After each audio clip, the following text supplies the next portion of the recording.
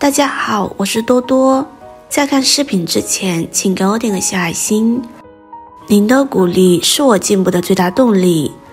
在这几年创业的路上，我发现了一个真相，就是当一个人在追逐目标的时候，你身边的朋友都会慢慢变少。你开始不去聚会，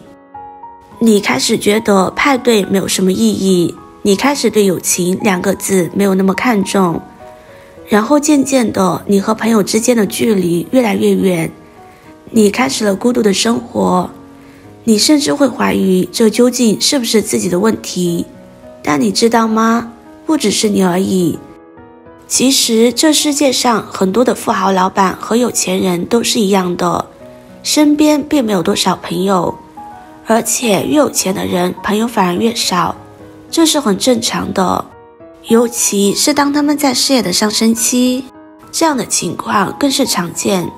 这是为什么呢？是他们孤僻吗？是他们高傲吗？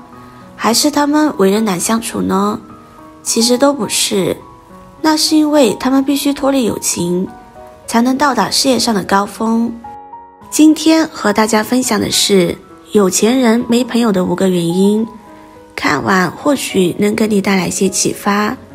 能够解决你的一些焦虑，甚至能够给你带来一些自信的底气。也许你现在身上也是具备这些有钱的特质，只是你自己还不知道而已。1、认知脱轨。有钱人和普通人之间缺少一个共同语言，所谓物以类聚，人以群分，说的就是相同的东西总会聚在一起，同类相吸，相反就会分开。有钱人是不愿意和穷人打交道的。我这样说，可能有些人会觉得我太势利，但是我并不想为了取悦一些人而去说假话，因为这个世界就是这样，有钱人接触的事物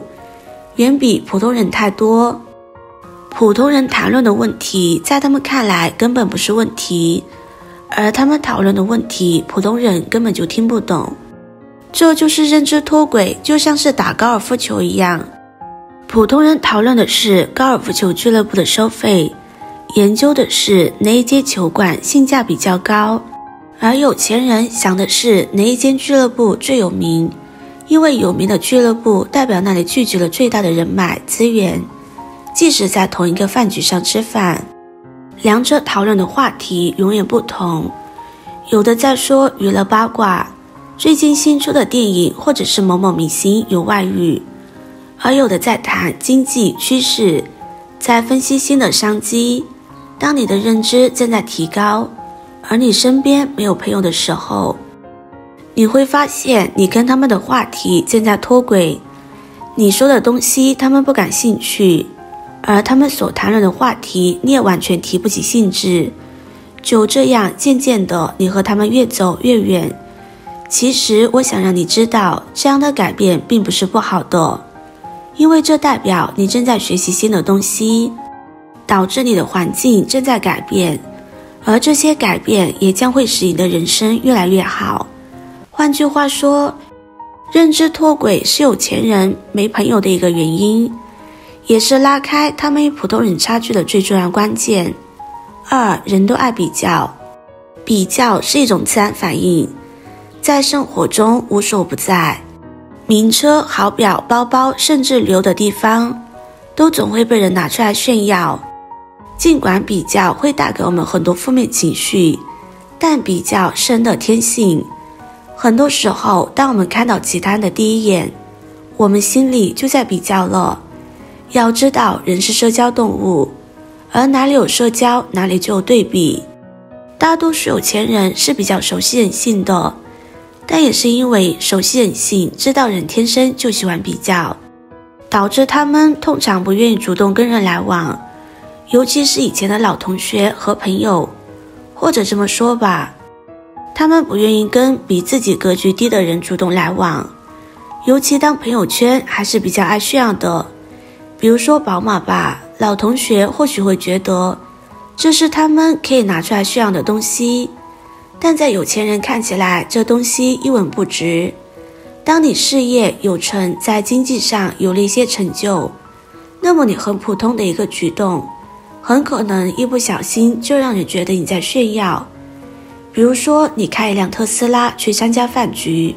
顺手把车钥匙放在桌子上，这瞬间就已成为全场的焦点。但他们不知道的是，这只是你家里最普通的一辆代步车，你还有保时捷、法拉利、兰博基尼都没有开出来，但大家都觉得你这是在炫耀，在大家心里都会对你产生不同的看法。所以为了避免这类的情况发生，有钱人都不愿过多的交往。他们打从心里都知道人都爱比较，尤其是格局很小的人，很容易就因为小事而不能自拔。其实有钱人也爱炫耀，只不过他们炫的方式不同罢了。在他们看来，这些物质上的东西并不值得去炫，他们喜欢炫的东西还是精神层面的东西，比如最近又搞了一个上市公司，或者收藏了某些古董名画等等。因为格局太小的圈子，有钱人大多都看不上，一来是因为这种圈子不要也罢，宁愿少一点朋友也不要给自己添加无谓的烦恼；二来是大家的兴趣爱好已经严重不合，道不同而不相为谋。人生就是一场不断提升自我的过程，只有当你抛弃了一些旧的事物，远离了充满负能量的人，你以后才能遇到更阳光更同频的人，而这些人绝对会对你的事业、你的人生带来巨大的帮助。无论是在思想上还是行动上，你们都可以互补，互相进步，翻倍成长。三，人的精力是有限的，我们都知道时间管理很重要，我们都听过这么一句话，当你能掌握好早晨，你就能掌握好你的一天，当你能掌握好你的一天，你就能掌控自己的人生。很多人都把这个理解为要管理好自己的时间，只要管理好时间就能完成各种目标，能够解锁各种成就。但是你知道吗？其实比管理时间重要100倍的是管理你的精力。我们经常讨论时间管理，认为管理好自己的时间就能管理好自己的生活，而事实上时间是无法管理的。每天24小时是固定的，但为什么有些人24小时可以完成很多事，而有些人却只能完成零零碎碎的事情？这是因为前面那些人知道人一天的精力是有限的这个道理。他们知道如果要掌握时间，首先要掌握好自己的精力，所以管理好时间的本质在管理精力。为什么你要把一天最重要的事情放到早上去做，而不是晚上呢？就是因为早上是精力充沛最旺盛的时间，无论你做什么事情都会很快完成，有很高的效率。而到了晚上，人的精力已经被消耗得差不多，这个时候人的注意力无法集中，自然也不用说什么效率。真正决定我们做事效果的关键，并不是在一件事情上投入了多少精力，而有钱人非常明白这个道理。当你花很多时间去社交，把这些精力花在朋友身上，同时也代表了你的精力被分散。尤其是当你的朋友没法给你带来积极的帮助，反而是在消耗你的精力，那么也是时候选择离开你的朋友。总之，管理精力比管理时间更重要，而那些有所成就的人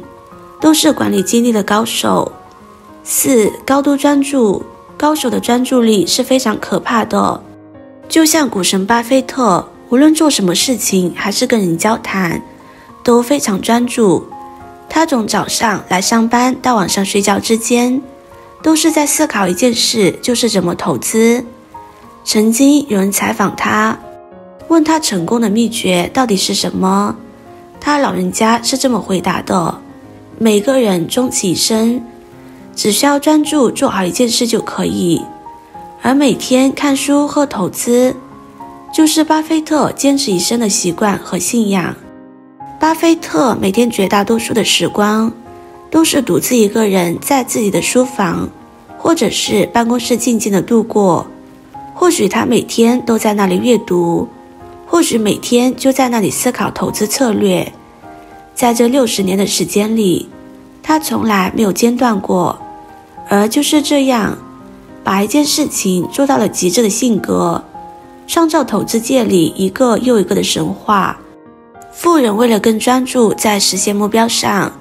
因此选择性跟朋友聚会的时间，比起无效社交，他们更愿意专注在实现目标上，专心的学习，比如看富人俱乐部的影片。5. 多数的圈子不存在商机，你曾经是不是也这样认为？多混一些朋友会给自己的事业带来帮助，这么做或许得到一些商机。然而现实很残酷，天上不会掉馅饼，你花的时间精力大概率不会给你带来什么回报。其实我也是一样，在我刚出社会的时候，我天真的以为我一个年轻人就应该多出去，多混一些圈子，这样人脉会广一些，以后做事情会容易一点，机会也会多一点。很多人都不知道，其实真正有价值的只是那些富人圈子，除非你是做销售的，你的业绩是来自于面对面成交，否则大部分的圈子不会对你有帮助。这也是富人不花太多时间在社交上的原因。他们明白外面大部分的圈子都是没有价值的，都无法真正带来实际上的帮助。其实从这2年开始，传统人脉的重要性会变得越来越低。当你开始能够有足够的耐心不断的沉淀，开始能够独处，甚至能够享受孤独的时候，那最后这种信任一定会给你带来想要的任何结果。今天的分享就到这里了，如果您觉得对你有帮助的话，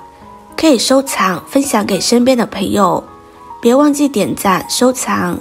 点击我的头像可以看到更多的精彩内容。我们下个视频见啦！